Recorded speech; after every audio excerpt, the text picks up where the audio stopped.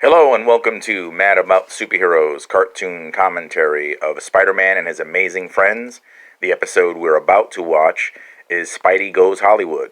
But before we get to that, I'd like to let my loyal subscribers and anyone else watching know that I had uploaded a version of this video prior to this one, but it was blocked by YouTube at the behest of Disney. This is the fourth cartoon commentary that I've done of Spider-Man and His Amazing Friends. The version of the video that I uploaded prior to this one was using the same format. Disney put a copyright claim in over the faint audio in the background. So if you've gotten used to hearing some of the sound effects and musical cues in the previous videos, it won't be as noticeable in this one. And with that said, on with the show.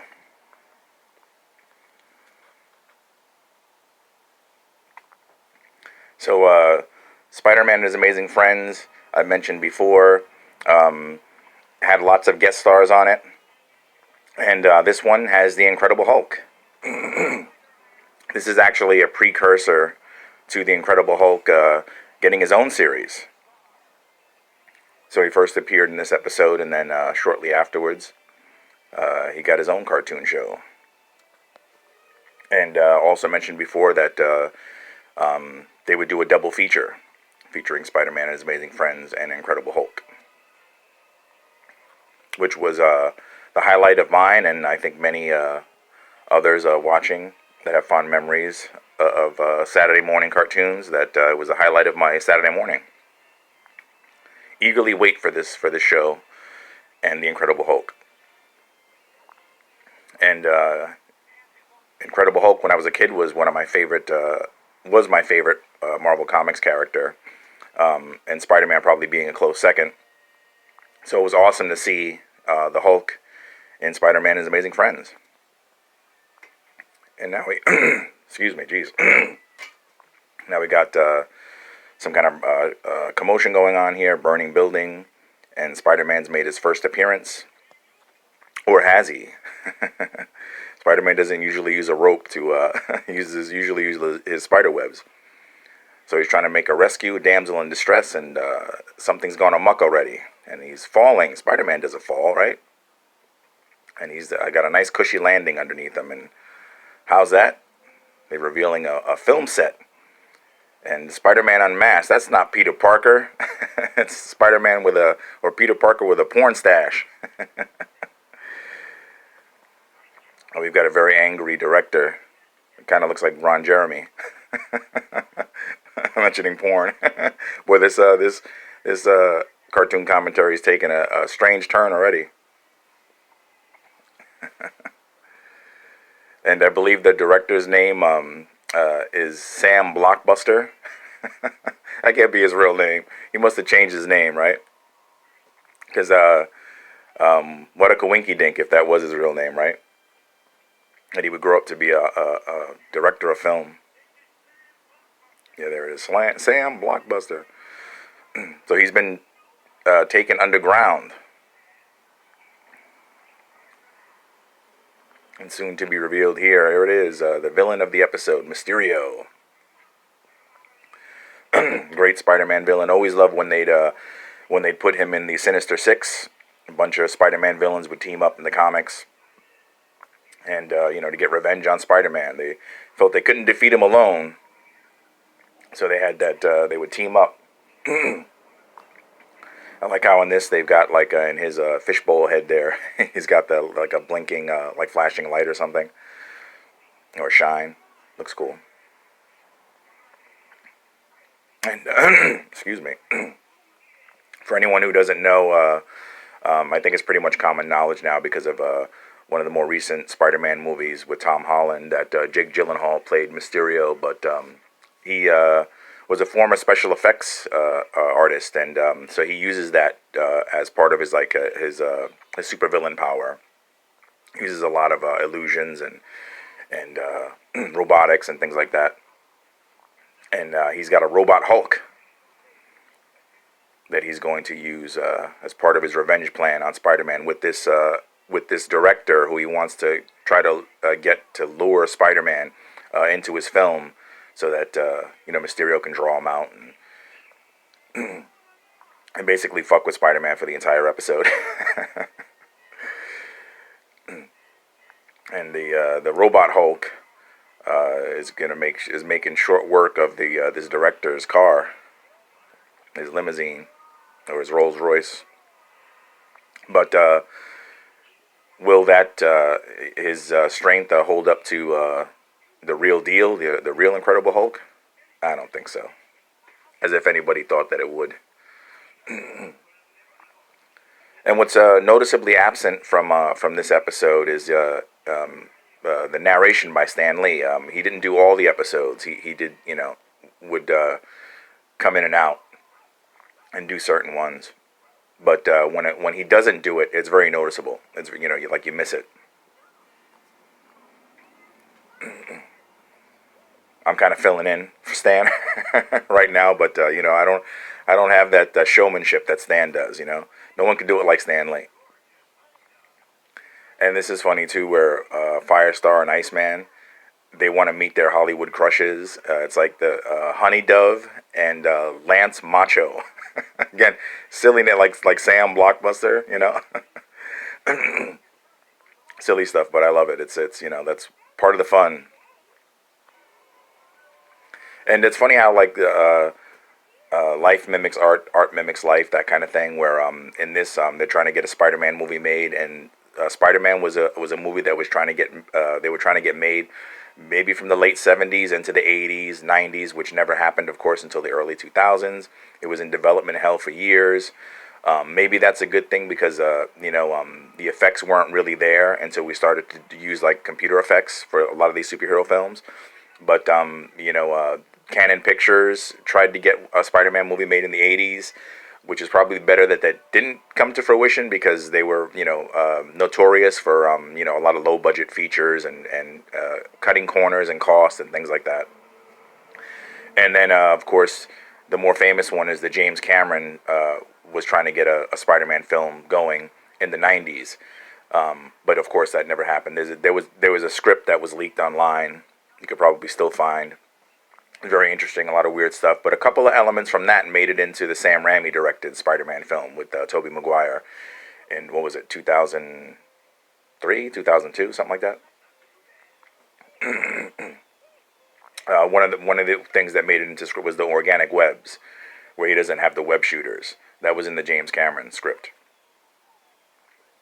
So now they've met up with Aunt May, and of course Aunt May is always struggling for money and to pay her bills, and she needs some money, and so Bobby Drake and Angelica Jones clued Peter Parker into the fact that this director is looking for him, wants him to be in his film, so they're actually gonna go to Hollywood and do that to help Aunt May out with their bills.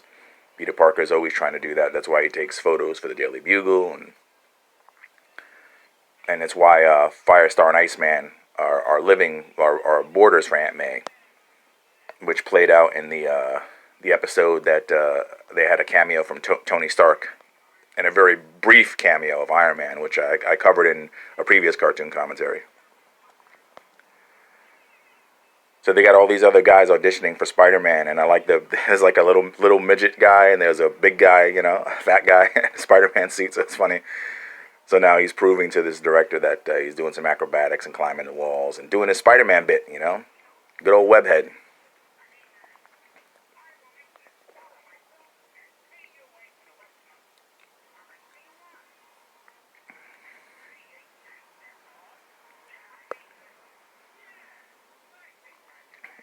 It's pretty funny.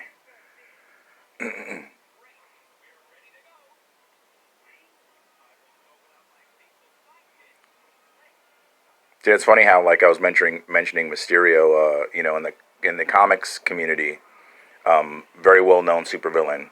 But it's funny how things that weren't as now it's like like I was saying before, it's kind of like a common knowledge kind of thing now because of that movie. So it's funny how that happens. 1 minute, same thing happened like with Iron Man. He was kind of like a second tier Marvel character, but in the comics community, I myself love Iron Man. But Now it's like, he's just as popular as Spider-Man. Now we've got, Spider-Man and his amazing friends. They were riding to Hollywood in style on a look on a old bus, and a crowded bus, and it looked like the air conditioning was broken. But the bus has been stopped by the military, warning people that the Hulk is on the loose,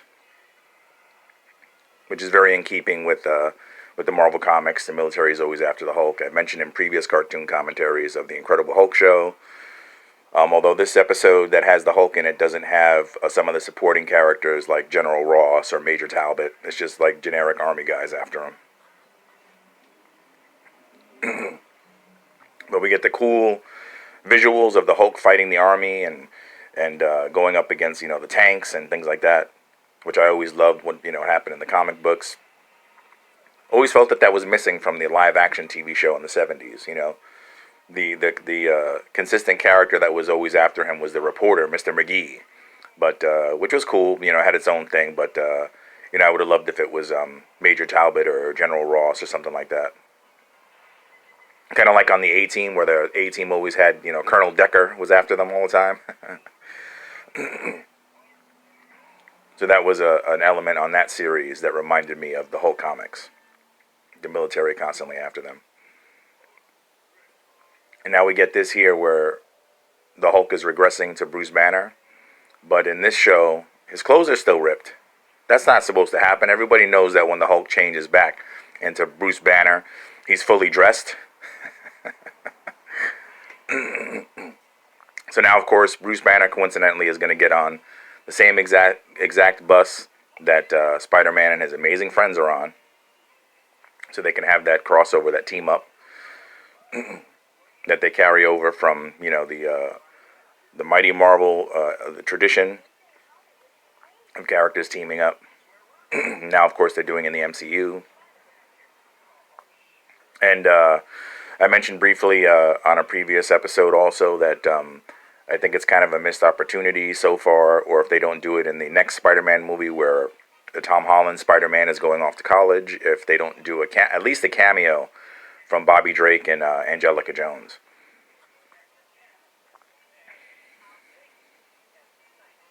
And Spider-Man has generously gotten Bruce Banner a job on the picture as a janitor, which is in keeping with the live action series where Bruce Banner would just go from place to place, from town to town, traveling around and getting mixed up in people's problems, and because he was kind of like on the run in the series, trying to find a cure for himself, or David Banner, as he was called in the show, was presumed dead. Now we've got Spider-Man working on the movie, and he's kind of gone up against like it's just supposed to be a giant gorilla, but it's basically supposed to be King Kong or King Kong's hand, because they don't show the entire gorilla. It's just like an animatronic hand. And of course, Mysterio is at the controls, and he's just trying to, like I said, he's just fucking with Spider-Man this whole episode. But it's a cool image there of Spider-Man getting squeezed in the hand. Like I said, it's very King Kong, except, of course, it was the damsel in distress in the movie. So shit just got real fast.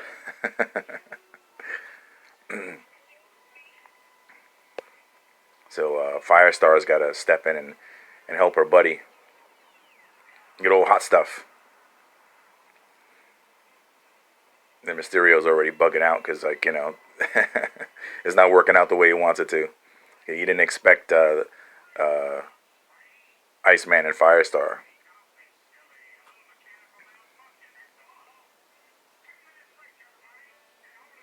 But it's kind of disappointing, like when this series was out, that there weren't toys of them. Of course, there were toys of Spider-Man, but not specifically of this series that would feature Iceman and Firestar. Now there's toys out, like the Marvel Legends had put like a Firestar. Again, not under the Spider-Man and his Amazing Friends banner, but they do have action figures of Firestar and Iceman separately or respectively. So that would be cool. I hear that there's supposed to be a 3-pack coming out, or maybe there was. But that would be cool. I'd like to get my hands on that.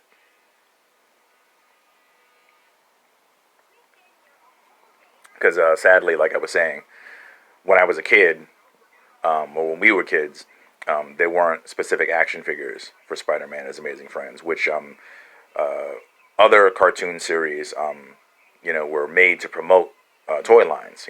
Like famously Hasbro's GI Joe or Transformers, Thundercats, stuff like that. They all had toy lines.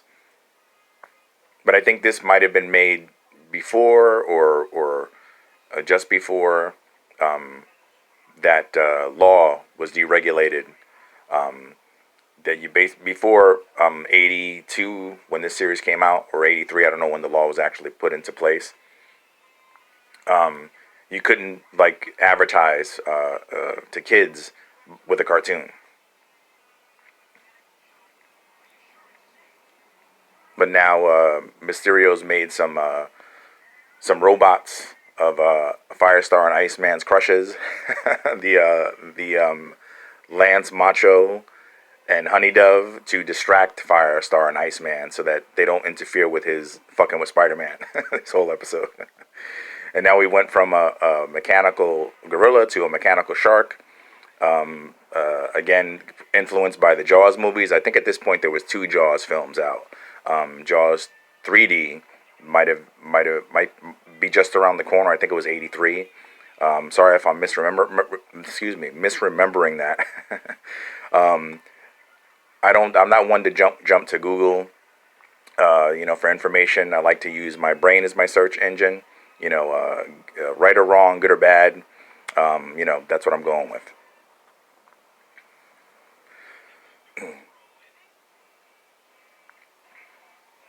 But yeah, Spider-Man had to get some help from this time from Iceman. They got to give these guys something to do. This is a very Spider-Man centric episode. So Iceman had to step in and kind of freeze the shark in a block of ice.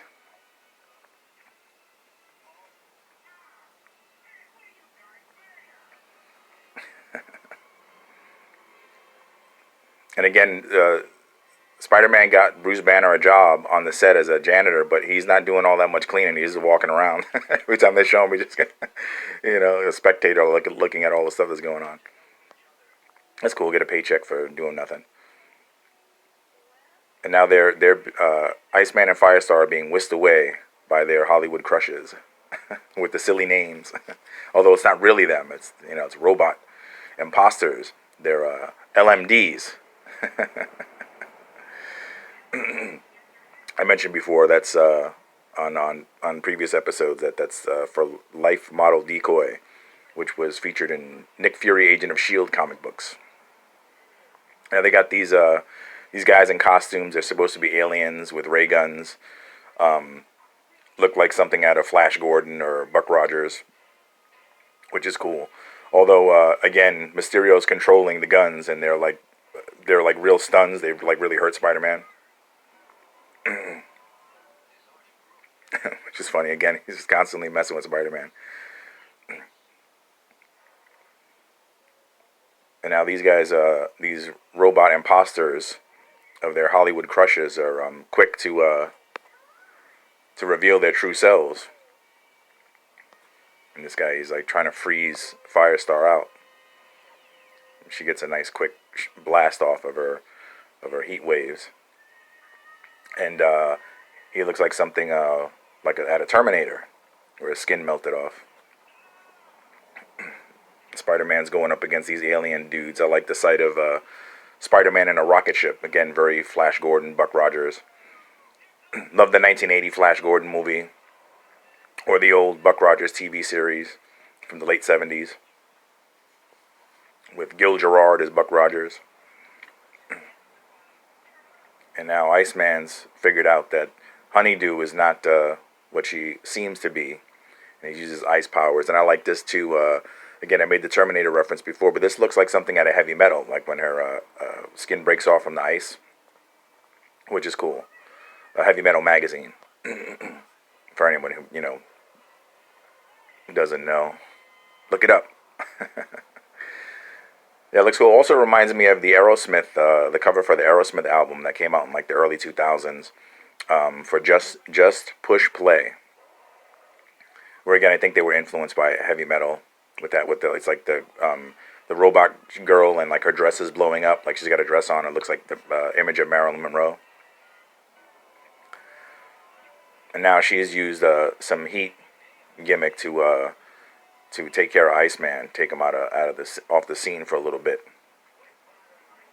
And Bruce Banner's trying to warn Spider-Man something fishy's going on here, because he hasn't been doing much cleaning, but he's been snooping, and now he's gonna Hulk out, and not done as well as it's done on his own cartoon series. Like I said, this is a precursor to that, so they really figured it out, or went all out when they did it on his own show, because of course it's his own series. And now, whether he knows it or not, the Hulk is helping Spider-Man and his amazing friends. Although he's just kind of on a rampage, on a raging rampage. He doesn't really know what he's doing, but he's still helping out. So it's kind of a team up. So Hulk helped Firestar, even though he might not have meant to, and then Firestar helped Iceman. And now Mysterio's going to use from the mechanical gorilla to the mechanical shark to the mechanical Hulk.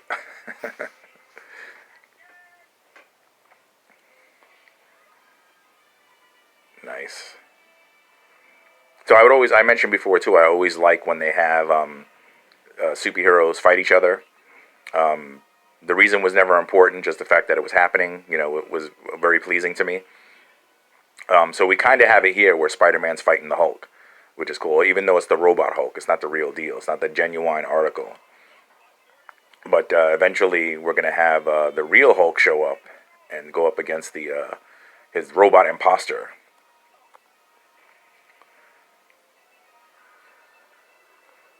And Spider-Man's just doing his best to get out of the way. There's not much you can do. It's another David and Goliath situation.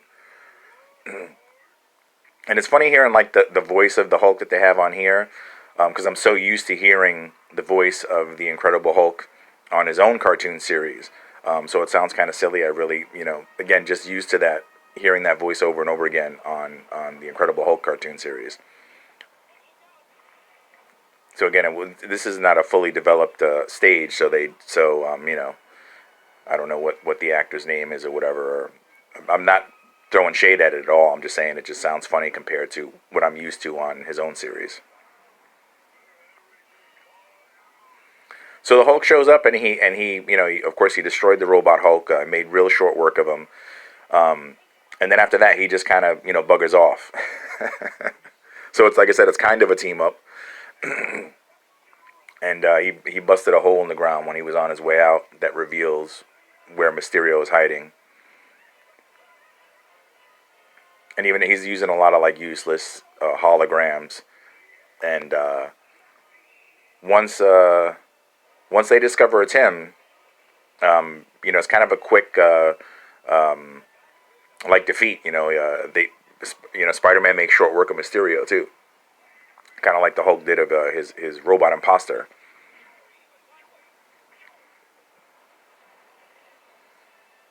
I like the idea of going back to this. Is kind of funny too, where the director is freaking out. He's all happy about the footage that he got of Spider-Man fighting Mysterio. It reminds me of the behind the scenes stuff that happened with Bruce Lee, where there was that real fight on set. I think it was Avenger the Dragon. And same deal happened with the director, but then I guess Bruce Lee got rid of the film, if I'm remembering that right. Again, I'm going with with my brain. I'm not jumping on Google and searching things. If anybody wants to, they can comment down below if they know. But I remember that being in the Dragon, the Bruce Lee story that came out in the 90s. But this kind of messed up that the director went to jail, that he got arrested because he was coerced into doing all this by Mysterio, who was basically afraid of the robot Hulk, messing him up like he did his limo. And now Firestar and Iceman get to meet their real crushes, the real deals. The Lance Macho and Honey Dove. Love the names. I like how Spider-Man made a star out of his webs. That's cool.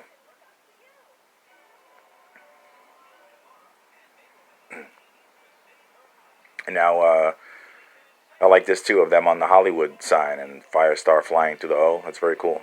Very nice image to end the episode. And that's pretty much it. Thanks for letting your geek flag fly with the Mad About Superheroes. And we'll see you on the next one.